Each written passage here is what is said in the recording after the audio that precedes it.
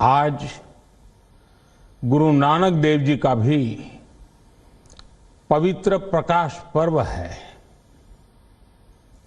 मैं विश्व भर में सभी लोगों को और सभी देशवासियों को इस पावन पर्व पर हार्दिक बधाई देता हूं। ये भी बहुत सुखद है कि 1.5 साल के अंतराल के बाद करतारपुर साहिब कॉरिडोर अब फिर से खुल गया है। साथियों, गुरु नानक जी ने कहा है, बीच दुनिया सेवी कमाइए त दरगिही बेसन पाइए। यानी संसार में सेवा का मार्ग अपनाने से ही जीवन सफल होता है। हमारी सरकार इसी सेवा भावना के साथ देशवासियों का जीवन आसान बनाने में जुटी है। न जाने कितनी पीढ़ियां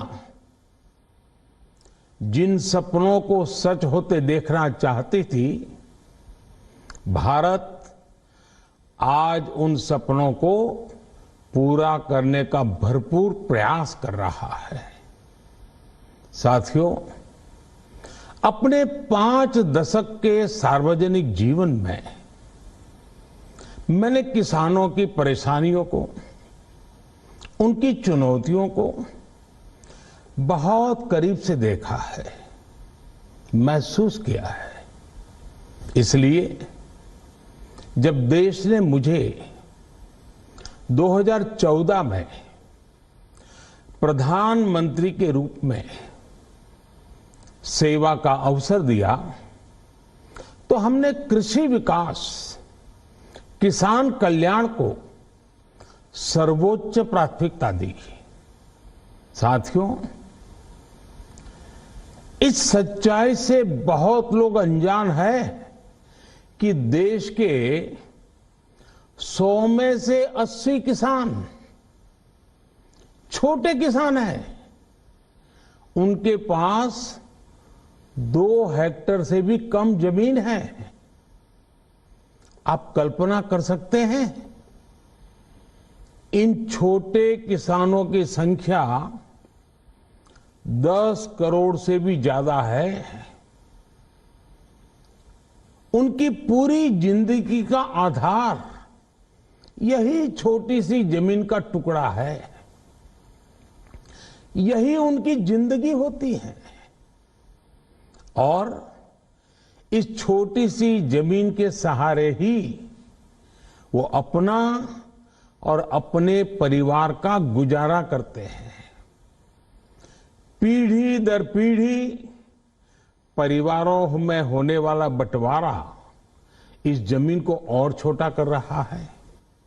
इसलिए देश के छोटे किसानों की चुनौतियों को दूर करने के लिए हमने बीज, बीमा, बाजार और बचत, इन सभी पर चौतरफा काम किया। सरकार ने अच्छी क्वालिटी के बीज के साथ ही किसानों को नीम coated urea, soil health card, micro irrigation जैसी सुविधाओं से भी जोड़ा। हमने 22 करोड़ सॉइल हेल्थ कार्ड किसानों को दिए और इस वैज्ञानिक अभियान के कारण एग्रीकल्चर प्रोडक्शन भी बढ़ा। साथियों, हमने फसल बीमा योजना को अधिक प्रभावी बनाया। उसके दायरे में ज्यादा किसानों को लाए। आपदा के समय ज्यादा से ज्यादा किसानों को आसानी से मुआवजा मिल सके, इसके लिए भी पुराने नियम बदले। इस वजह से बीते 4 साल में 1 लाख करोड़ रुपए से अधिक का मुआवजा हमारे किसान भाई बहनों को मिला है। हम छोटे किसानों और खेत में काम करने वाले श्रमिकों तक बीमा और पेंशन की सुविधाओं को भी ले आए। छोटे किसानों की जरूरतों को पूरा करने के लिए सीधे उनके बैंक खातों में 1,62,000 करोड़ रुपए ट्रांसफर किए, सीधे उनके खाते में। साथियों, किसानों को उनकी मेहनत के बदले उपज की सही कीमत मिले, इसके लिए भी अनेक कदम उठाए गए। देश ने अपने रूरल मार्केट इंफ्रास्ट्रक्चर को मजबूत किया। हमने एमएसपी तो बढ़ाई है, साथ ही साथ रिकॉर्ड सरकारी खरीद केंद्र भी बनाए। हमारी सरकार द्वारा की गई उपज की खरीद ने पिछले कई दशकों के रिकॉर्ड तोड़ दिए हैं। देश की 1,000 से ज्यादा मंडियों को ई नाम योजना से जोड़कर हमने किसानों को कहीं पर भी अपनी उपज बेचने का एक प्लेटफॉर्म दिया और इसके साथ ही देश भर की कृषि मंडियों के आधुनिकीकरण पर भी हमने करोड़ों रुपए खर्च किए। साथियों, आज केंद्र सरकार का कृषि बजट पहले के मुकाबले 5 गुना बढ़ गया है। हर वर्ष 1.25 लाख करोड़ रुपए से अधिक कृषि पर खर्च किए जा रहे हैं। 1 लाख करोड़ रुपए के एग्रीकल्चर इंफ्रास्ट्रक्चर फंड के माध्यम से गांव और खेत के नजदीक भंडारण, इसकी व्यवस्था, कृषि उपकरण जैसी अनेक सुविधाओं का विस्तार, ये सारी बातें तेजी से हो रही है। छोटे किसानों की ताकत बढ़ाने के लिए 10,000 एफपीओ किसान उत्पादक संगठन बनाने का अभियान भी जारी है। इस पर भी करीब 7,000 करोड़ रुपए खर्च किए जा रहे हैं। माइक्रो इरिगेशन फंड के आवंटन को भी 2 गुना करके 10,000 करोड़ रुपए कर दिया गया है। हमने क्रॉप लोन भी 2 गुना कर दिया, तो इस वर्ष 16 लाख करोड़ रुपए हो जाएगा। अब पशुपालकों को मछली पालन से जुड़े हमारे किसानों को भी किसान क्रेडिट कार्ड का लाभ मिलना शुरू हो गया है। यानी हमारी सरकार किसानों के हित में हर संभव कदम उठा रही है, लगातार एक के बाद एक नए कदम उठाती जा रही है। किसानों की आर्थिक स्थिति सुधरे, उनकी सामाजिक स्थिति मजबूत हो, इसके लिए पूरी ईमानदारी से काम कर रही है। साथियों,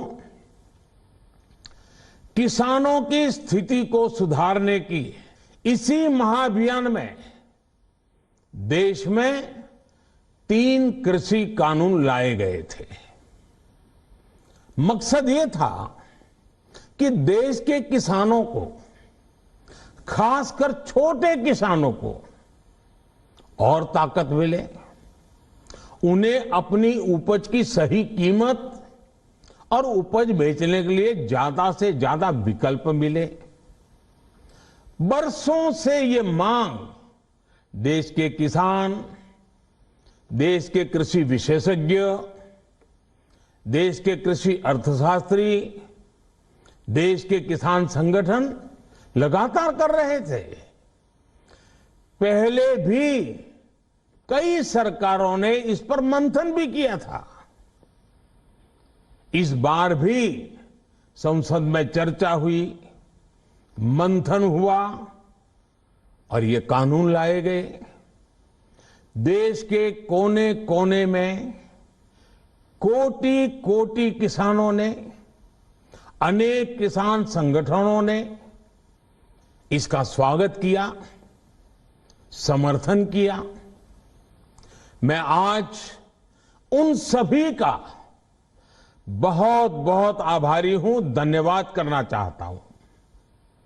साथियों, हमारी सरकार किसानों के कल्याण के लिए, खासकर छोटे किसानों के कल्याण के लिए, देश के कृषि जगत के हित में, देश के हित में, गांव गरीब के उज्जवल भविष्य के लिए पूरी सत्यनिष्ठा से, किसानों के प्रति पूर्ण समर्पण भाव से,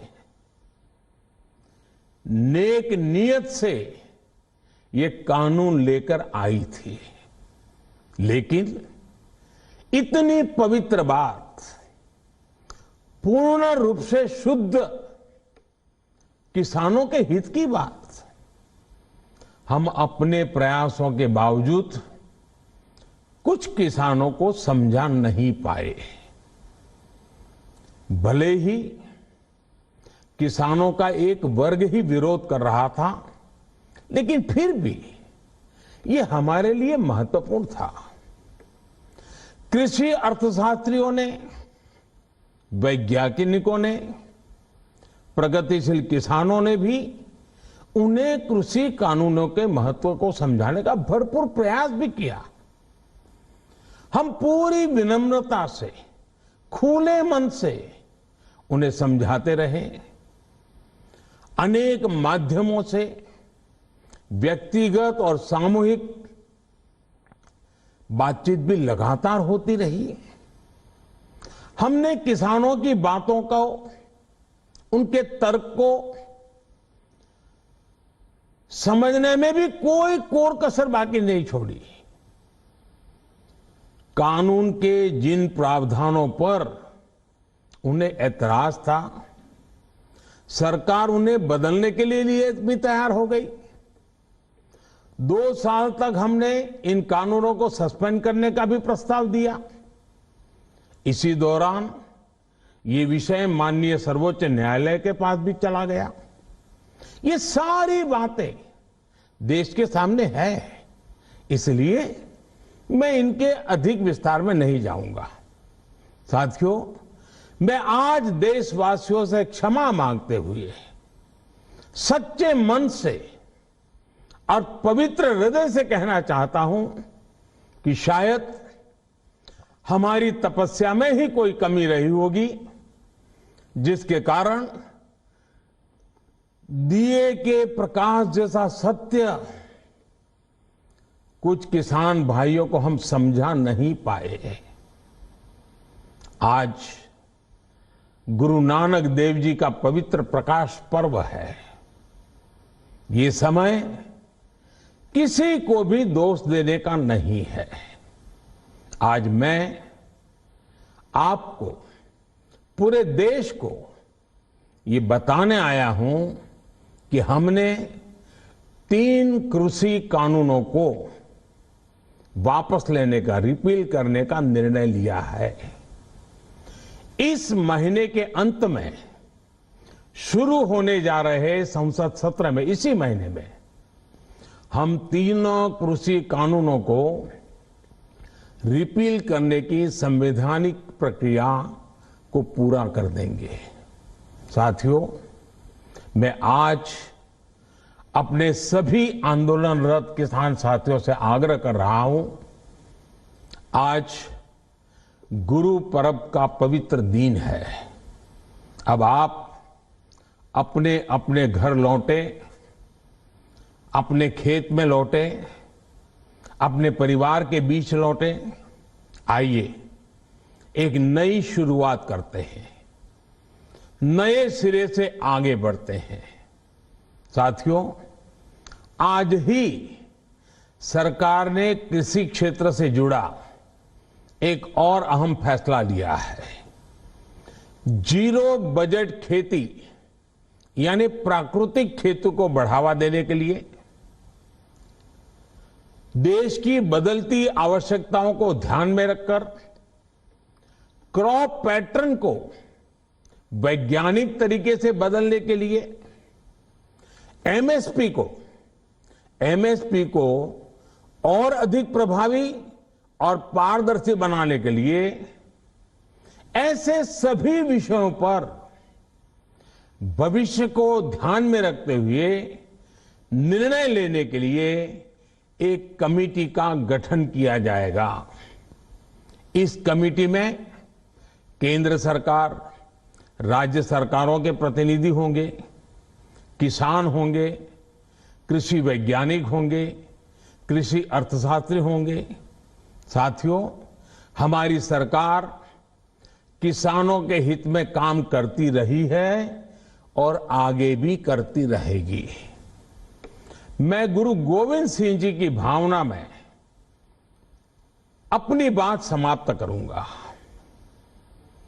देहि शिवावर मोहे इहे, शुभ कर्मन ते कबहू न टरो।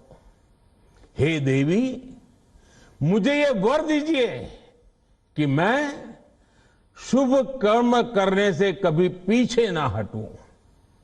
जो किया किसानों के लिए किया, जो कर रहा हूं देश के लिए कर रहा हूं।